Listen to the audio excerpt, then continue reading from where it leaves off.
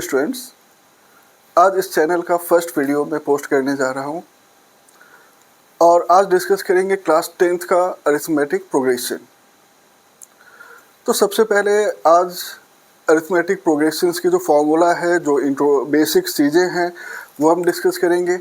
इसके बाद की जो वीडियोज़ होंगी उसमें प्रीवियस ईयर क्वेश्चंस डिस्कस करेंगे, साथ ही साथ एमसीक्यू डिस्कस करेंगे, जिससे कि बोर्ड का प्रिपरेशन बहुत अच्छी तरह हो जाए। तो सारे जितने भी टॉपिक्स हैं, जितने भी चैप्टर्स हैं, सबके वीडियो एक एक करके आएंगे यहाँ पर। Okay, so let's start. सबसे पहले देखते हैं कि AP arithmetic progression. But AP जाने से पहले सबसे पहले देखते हैं कि सीक्वेंस क्या होता है।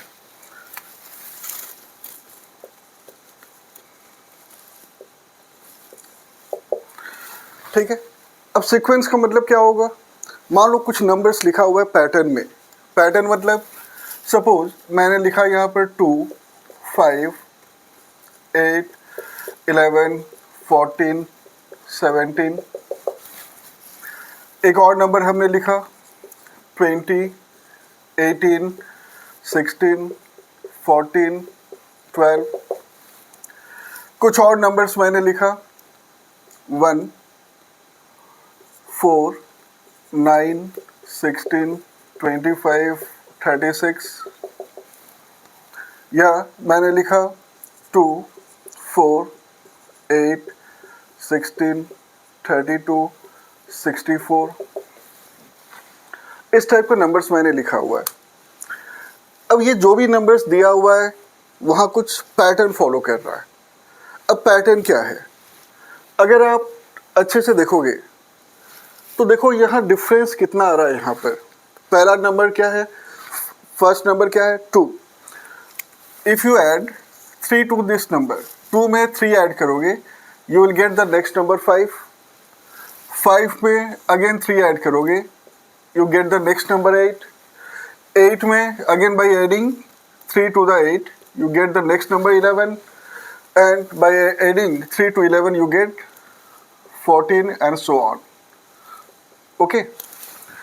तो यहाँ पर पैटर्न क्या फॉलो हो रहा है। पैटर्न ये फॉलो हो रहा है कि जो फर्स्ट नंबर है उसमें 3 ऐड कर रहे हैं तो नेक्स्ट नंबर आ रहा है, फिर उसमें 3 ऐड कर रहे हैं तो नेक्स्ट नंबर आ रहा है। इस ढंग से फॉलो हो रहा है। अब ये जो नंबर्स है इसमें पैटर्न देख लेते हैं। अब ये नंबर माइनस हो रहा है, कम होते जा रहा है यहाँ पर। ठीक है, तो 20 से अगर हमने 2 माइनस किया तो ये नंबर आ रहा है 18। 18 से 2 माइनस करेंगे तो नंबर आ रहा है 16। 16 से 2 माइनस करेंगे तो 14। 14 से 2 माइनस करेंगे तो again 12। Okay, so again pattern क्या है यहाँ पर। Pattern is difference between this two numbers is 2। Means 18 minus 20, यहाँ भी -2 आ रहा है, यहाँ भी -2 आ रहा है। ठीक है, बट यहाँ पर देखो क्या पैटर्न है। यहाँ पर 1 है, 1 में 3 ऐड करेंगे तो 4 आएगा। 4 में अगर हमने 5 ऐड किया तो 9 आएगा। 9 में 7 ऐड किया तो 16 आएगा। 9 ऐड करोगे तो 25 आएगा। तो कोई पर्टिकुलर डायरेक्टली पैटर्न तो नहीं दिख रहा है। ओके, बट यहाँ पर we can observe that this 1, ये 1 का स्क्वायर है, this is the square of 2, 9 is the square of 3, 16 is the square of 4, 25 is the square of 5, 36 6 का स्क्वायर है। मतलब जो पैटर्न फॉलो हो रहा है वहाँ पर क्या पैटर्न है, वो पैटर्न है कि जितना नंबर्स दिया हुआ है they are the squares of natural numbers. ये नेचुरल नंबर्स का स्क्वायर है। ओके, वैसे यहाँ पे देख लेते हैं। नाउ यहाँ तो स्क्वायर्स तो नहीं दिया हुआ है, क्यूब भी नहीं दिया हुआ है, फिर पैटर्न क्या है। अगेन अगर बहुत अच्छे से देखेंगे तो we can write this 2 as 2 power 1, 4 as 2 power 2, 8 as 2 power 3, 16 as 2 power 4, this as 2 power 5, this as 2 power 6 and so on. तो यहाँ पर जो पैटर्न फॉलो हो रहा है, कौन सा पैटर्न है, वो जो भी नंबर्स दिया हुआ है ये 2 का पावर है और all the powers are given in ascending order, natural numbers. starting from 1, then 2, 3, 4, 5, 6 and etc. Okay, so such an arrangement of numbers in a definite order which follow certain rules, that is called as sequence. Rules मतलब क्या rules follow हो रहा है यहाँ पर, क्या rules follow हो रहा है यहाँ पर 2 का पावर n, क्या रूल्स फॉलो हो रहा है इसमें, 2 का पावर n। देखो 2 तो कांस्टेंट है हर जगह, नीचे हर जगह मैंने 2 लिखा है, तो यहाँ भी मैंने 2 लिखा है। व्हाट इज n, n का वैल्यू 1, 2, 3, 4, 5, 6 एंड और भी बहुत सारा है यहाँ पर, ठीक है। तो मतलब 2 power n and what is n, n is some natural number. इसी को हम लिखते हैं nth टर्म, क्या लिखते हैं, nth term. So for this one nth term क्या होगा, 2 का पावर n। ओके, अब इसके लिए यहां देखो, what will be the nth term from for this one, nth term जरा ऑब्जर्व करो, यहां पर पावर सेम है सब में, पावर कितना आ रहा है, 2 आ रहा है। चेंज क्या हो रहा है, चेंज नीचे वाला नंबर्स हो रहा है, this numbers are changing, base is changing here. So can you write it as n square. Okay, इसका nth टर्म क्या होगा सीक्वेंस का, n स्क्वायर। स्क्वायर मीन्स हर जगह स्क्वायर सेम आ रहा है, चेंज क्या हो रहा है, नीचे जो वैल्यू है 1, 2, 3, 4, 5, 6 जिसको हमने n लिखा हुआ है। And what is n, again this n is nothing but natural number. तो ये भी एक पैटर्न फॉलो हो रहा है। ओके, यहां पर क्या पैटर्न फॉलो हो रहा है, यहां पर 3, 3 का डिफरेंस है। ओके, तो ऐसा नंबर जहां पर डिफरेंस सेम हो उसको हम एपी बोलेंगे। तो सबसे पहले सीक्वेंस का डेफिनेशन लिख लेते हैं। सीक्वेंस क्या होता है, N arrangement of numbers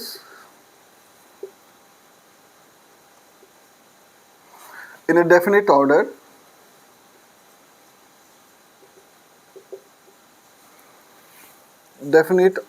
or pattern according to some rule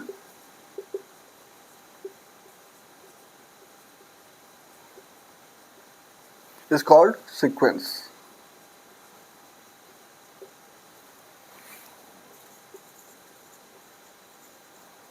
okay, तो सीक्वेंस क्या होगा, arrangement of numbers in a definite order according to some rule is called sequence.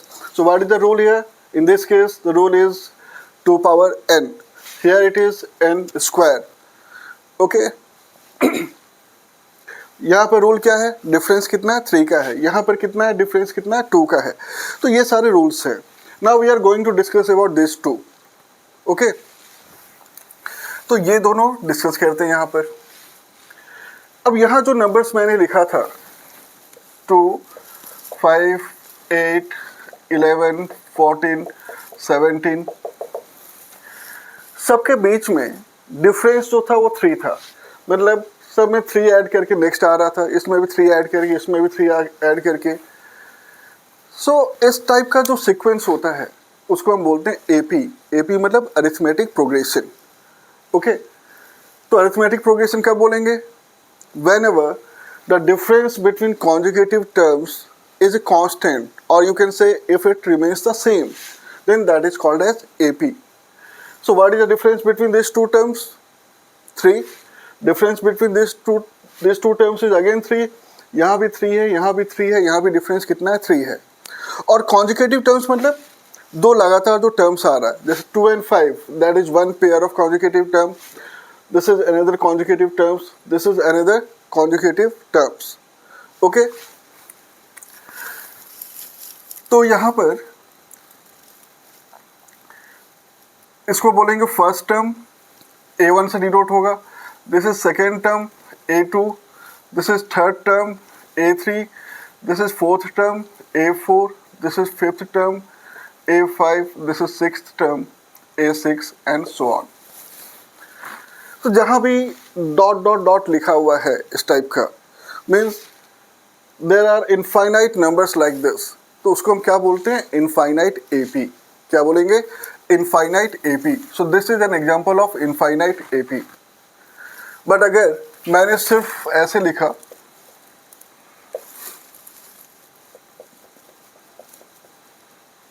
यहाँ तक. So this is called as finite AP. Finite AP means the number of terms are fixed. After 17 there is no term. तो उसको बोलेंगे finite AP. But यहाँ पर बहुत सारे numbers लिख सकते हैं सेम पैटर्न में. 17 है, नेक्स्ट नंबर +3 ऐड करके 20 होगा, नेक्स्ट नंबर +3 करके 23 होगा. So this is called as infinite AP. Okay. और AP को क्या बोलेंगे हम लोग? We can say a sequence A1, A2, A3, AN is said to be an arithmetic progression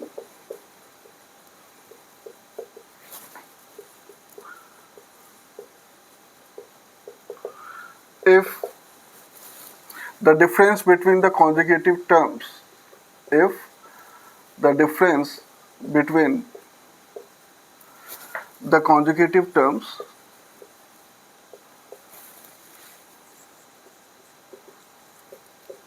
is a constant.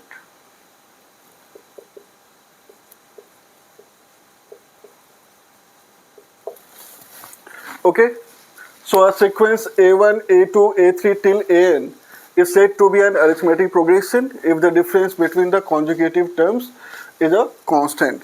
तो difference क्या है consecutive terms के बीच में? 3 है यहाँ पर, ठीक है. And this constant difference, this is called as common difference.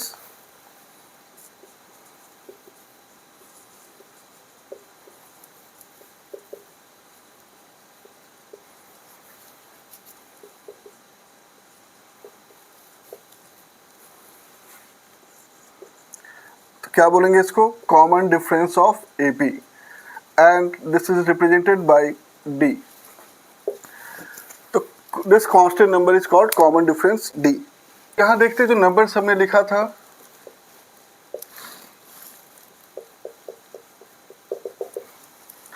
तो ये डिफरेंस था +3, ये भी +3, ये भी +3, ये भी +3. ओके. सो ये A1 है, तो A1 we can write A1 as A first term, उसको A से भी डिनोट करते हैं. ये A2. Now how do you get A2? You are getting A2 by adding 3 to this one. ठीक है. तो इसमें जो फर्स्ट टर्म है A1, उसमें मैंने कितना ऐड किया? 3. और 3 क्या है? 3 को हम बोलते हैं कॉमन डिफरेंस. जो सेम डिफरेंस आ रहा है दोनों नंबर के बीच में, उसको हम क्या बोलेंगे? Common difference. तो यहाँ पर कॉमन डिफरेंस D is 3. मतलब फर्स्ट टर्म में हमने D ऐड किया तो सेकेंड टर्म मिला. Again to get the third term. अब ये थर्ड टर्म कैसे मिला? By adding +3. +3 मीन्स 5 में D हमने ऐड किया, मतलब सेकेंड टर्म में हमने D ऐड किया.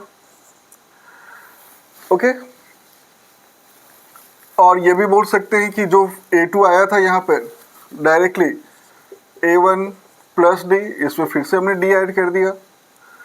और यहाँ पर फोर्थ टर्म के लिए अगेन हमने उसमें D ऐड किया हुआ है, तो A1 + D + D + D. Okay.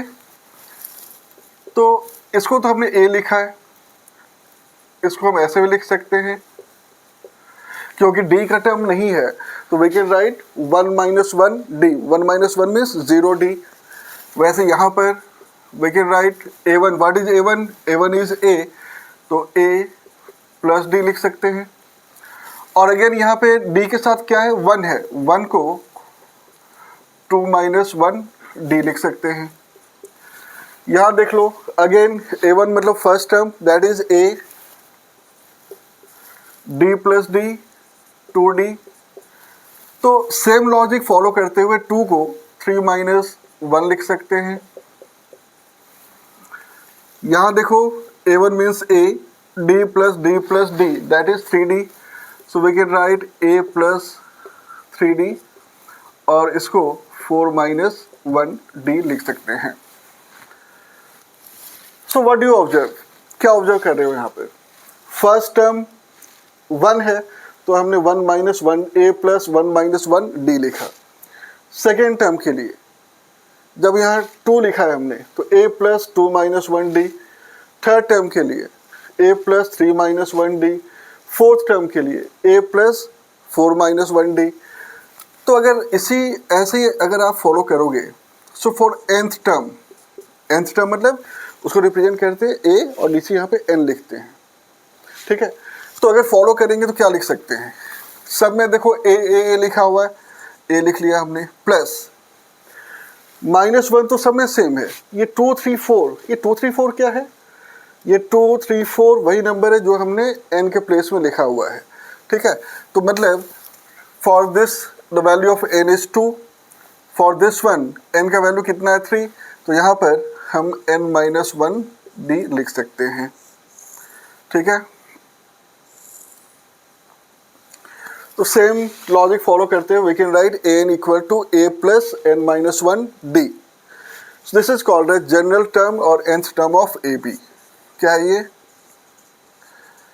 इसको बोलेंगे जनरल टर्म और nth term of an AP, and terms of AP are written as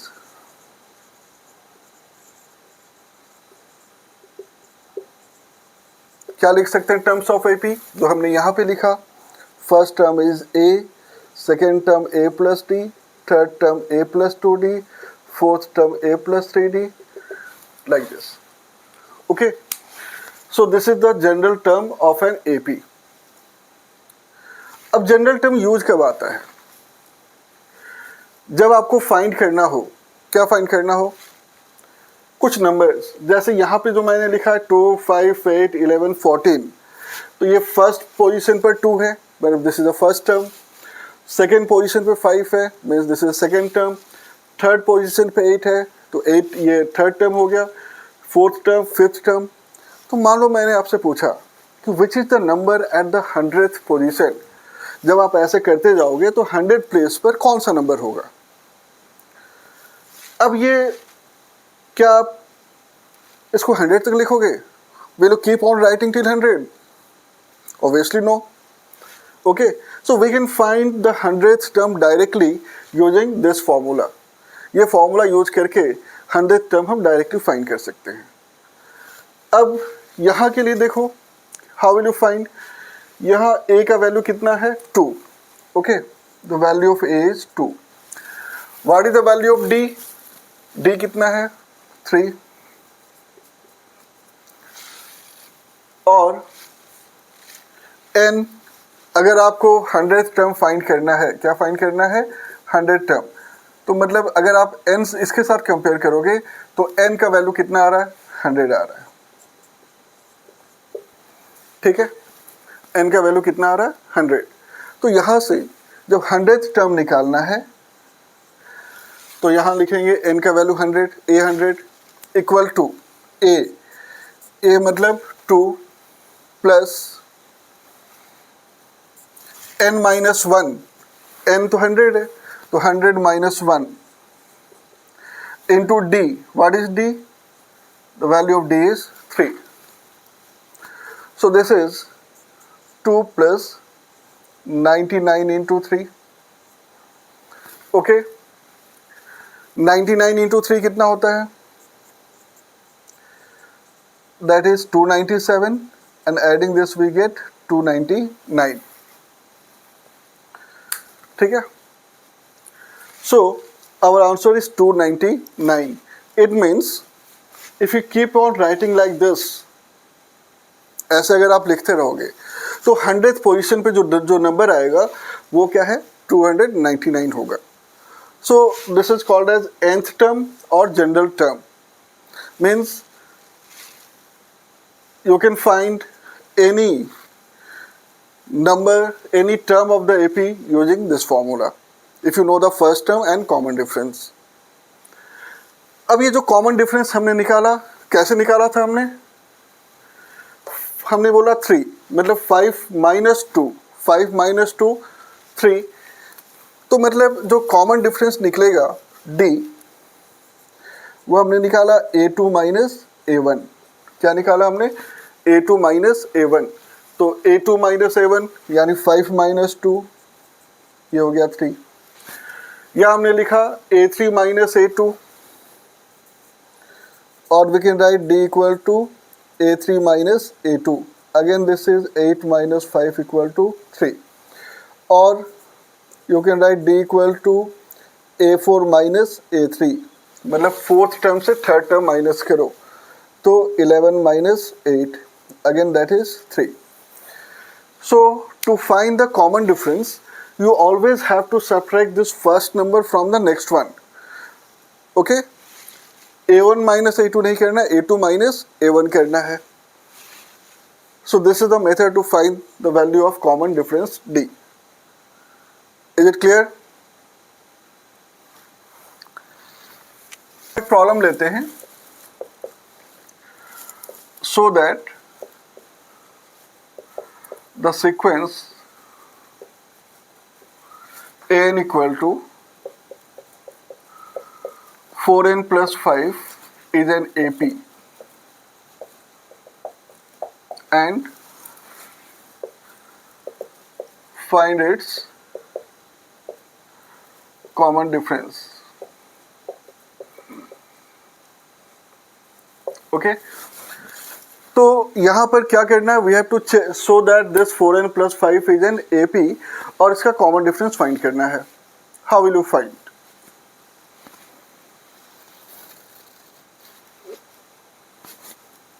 अब देखो D निकालने के लिए हमने जो अभी बताया, क्या बोला था मैंने? D का जो वैल्यू था A2 माइनस A1 और A3 माइनस A2 और A4 minus A3 means we are subtracting the previous term from the next one. Okay, it means we can write D as a n plus 1 minus an. ऐसे लिख सकते हैं D का value. ठीक है, तो जैसे यहाँ देखो 1 है, 1 में 1 ऐड करके 2 आया, यहाँ 2 दिया, 2 में 1 ऐड करके 3 आया, 3 में 1 ऐड करके 4 आया. वैसे अगर आपने इसको nth टर्म बोला है an, तो by adding 1 to this one you get n plus 1. Same logic हम लोग फॉलो कर रहे हैं. तो D का वैल्यू कितना है? a n plus 1 minus an. ये कॉमन डिफरेंस का वैल्यू है. अब अगर ये AP शो करना है तो दो मेथड है. One method is you can find the common difference. Means first of all you can find the terms of this AP कि क्या क्या टर्म्स है यहाँ पर. ओके, तो you can write an equal to 4n plus 5. तो A1 मतलब n के प्लेस में क्या पुट करना है? 1 पुट करना है. ठीक है, तो 4 इंटू 1 प्लस 5, सो 4 प्लस 5 9 हो गया. You can find A2 means put n equal to 2. So 4 into 2 plus 5, 8 plus 5, 13. You can find A3 by putting n equal to 3 here. So 12 plus 5, 17. You can find A4 by putting n equal to 4. This is 21 and so on. Okay. Now, if you observe 13 minus 9, या ऐसे लिख लेते हैं A2 minus A1, 13 minus 9, 4 होगा. A3 minus A2, 17 minus 13, that is 4. और you can right A4 minus A3.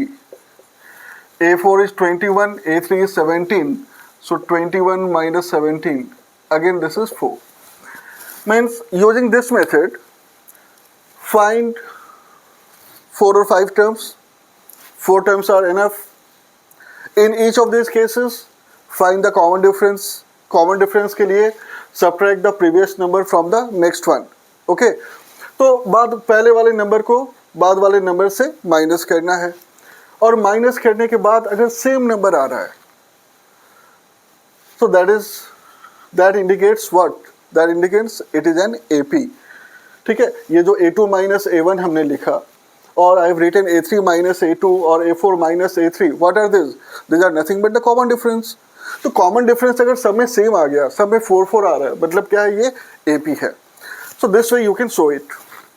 So this is one method where we have actually found the terms of this AP, जहाँ हमने AP का terms find किया और फिर हमने common difference निकाला। तो what is the other method? और नेक्स्ट मेथड डायरेक्टली हम कॉमन डिफरेंस निकाल लेते हैं। ठीक है कैसे? an+1 minus an। अब यहां देखो an कितना है? an is given as 4n+5। तो फाइंड an+1। n+1 मतलब जहां भी n है वहां n+1 पुट कर देना है। तो मैंने लिखा 4, in place of n put n+1। Okay, कितना आएगा ये? 4 into n, 4n plus 4 plus 5। It means an+1 equal to 4n plus 9। So an था 4n plus 5, an+1 that is 4n plus 9. Now to get the common difference, subtract this an from an+1, minus करते हैं तो d होगा an+1 minus an.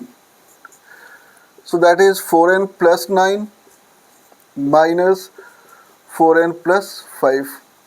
If you open the bracket, it will be 4n plus 9 minus 4n minus 5. This get cancelled and we get 4, which is independent of n. ठीक है?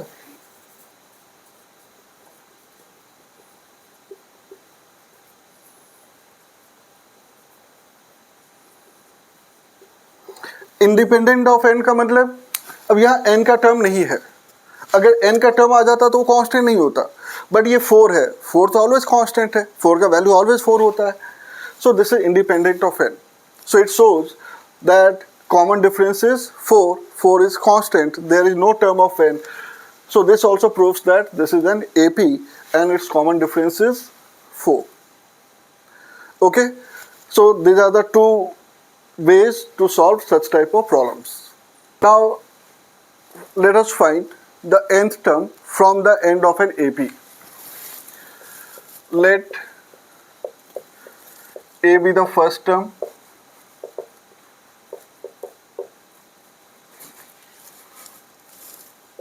D be the common difference,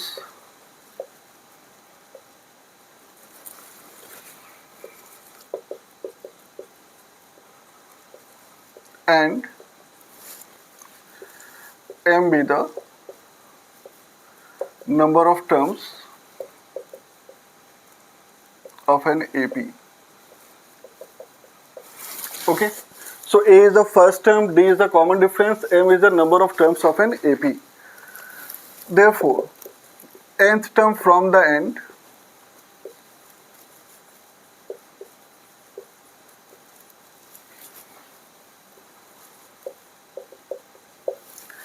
is equal to m minus n plus 1th term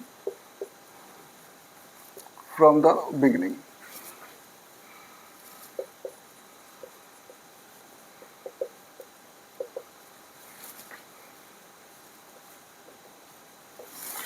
Okay, so nth term from the end of an AP equal to m minus n plus 1th term from the beginning of AP. तो काफ़ी बार क्या होता है कि एक AP दिया रहेगा और आपसे बोलेंगे कि पीछे से, जैसे एक प्रॉब्लम हमने सॉल्व किया था जहां हमने 100 टर्म फाइंड किया था स्टार्टिंग से, we had found the 100 term of AP। अब यहाँ पे लिखा रहेगा कि पीछे से मान लो टोटल 100 टर्म्स दिया हुआ है और आपसे बोलेंगे पीछे से 46 टर्म कौन सा है ये बताइए। तो पीछे से 46 टर्म लिखने से बेटर है क्या कि हम स्टार्टिंग से देखें कि जो टर्म पीछे से 46 थे वो स्टार्टिंग से कितना हो रहा है। ठीक है, तो यहाँ पर अब यहाँ चेक कर लेते हैं। This is because formula you know, nth term का फॉर्मूला क्या है? a plus n minus 1 d, यही फॉर्मूला हम लोगों ने लिखा था। अब n के प्लेस में क्या है यहाँ पर, n के प्लेस में क्या है, m minus n plus 1th term. अगर nth टर्म लिखा रहेगा तो हम ये फॉर्मूला लिखते हैं, a एज इट इज लिखा रहेगा, d एज इट इज लिखा रहेगा, बस यहाँ पे हमने n लिखा हुआ है। Similarly to find this term, a as it is लिखो, जहाँ पर n है, what is given in place of n here, n के प्लेस में क्या है, m माइनस n प्लस 1, तो वहाँ पर m माइनस n प्लस 1 लिख लिया हमने। फिर यहाँ -1 दिया हुआ है तो -1 लिख लेते हैं, और d as it is, so +1 -1 get cancelled and we get a plus m minus n d. So this is the nth term from the end of an AP. Okay. So for example, if m equal to 100 means total number of terms is given to be 100 and we have to find the 46th term from the end. So from the beginning कितना होगा, from the beginning that will be m minus n plus 1, ठीक है, n क्या है, 46 term from the end, तो 100 minus 46 plus 1, so that is equal to 55th term. It means effectively we have to find 55th term. क्या find करना होगा, 55th term from the beginning find करना होगा। और यहाँ पे अगर लिखेंगे तो that will be a plus 100 minus n is 46 d, यानी a plus 54 d, डायरेक्टली यहाँ पुट कर सकते हैं। और 55th टर्म कैसे लिखते हैं हम लोग, अगर nth टर्म को हमने a plus n minus 1 d लिखा, ओके, तो 55th टर्म को क्या लिखेंगे, a plus 55 minus 1 d, that is a plus 54 d। तो डायरेक्टली यहाँ से भी, इस फॉर्मूला से डायरेक्टली वो टर्म आ गया a plus 54 d, okay. And if last term is given, if L is the last term of an AP, then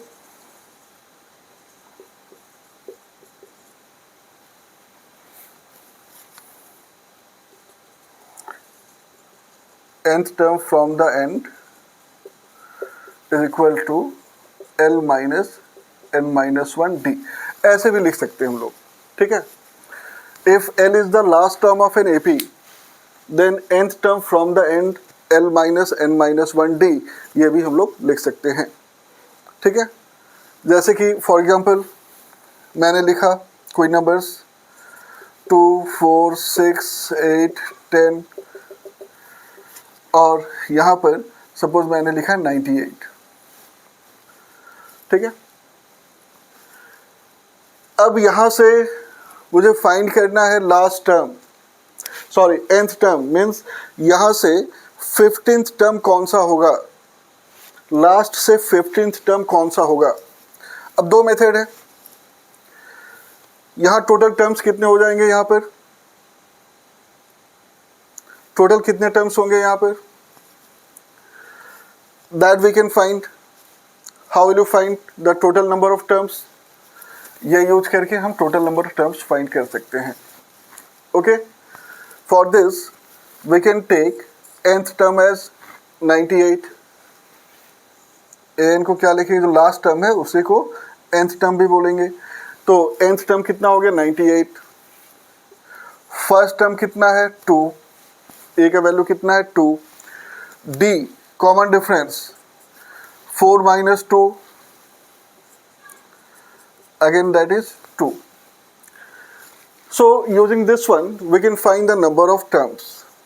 n is a plus n minus 1 d, n 98 है, a का value 2 है, n find करना है, और d कितना, again that is 2.